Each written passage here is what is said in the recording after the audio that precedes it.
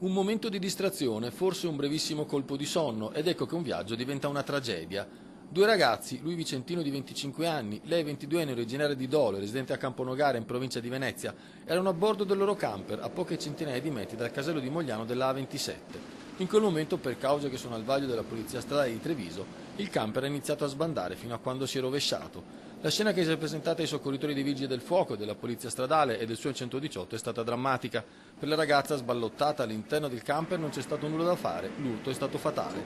Un camper con alla guida un ragazzo dell'89 ha perso il controllo e si è schiantato, ha urtato prima il guardario di destra, poi quello di sinistra, successivamente si è ribaltato.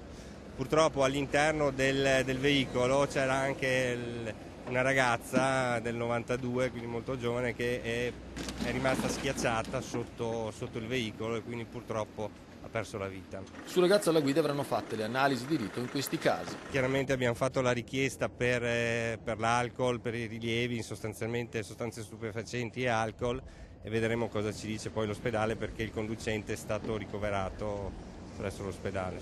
Per il ragazzo che guidava il ricovero è stato precauzionale in quanto non avrebbe riportato lesioni di rilievo. A causa dei lavori necessari a rimuovere il camper, inevitabili lunghe code e disagi per chi percorreva la A27 in direzione Venezia.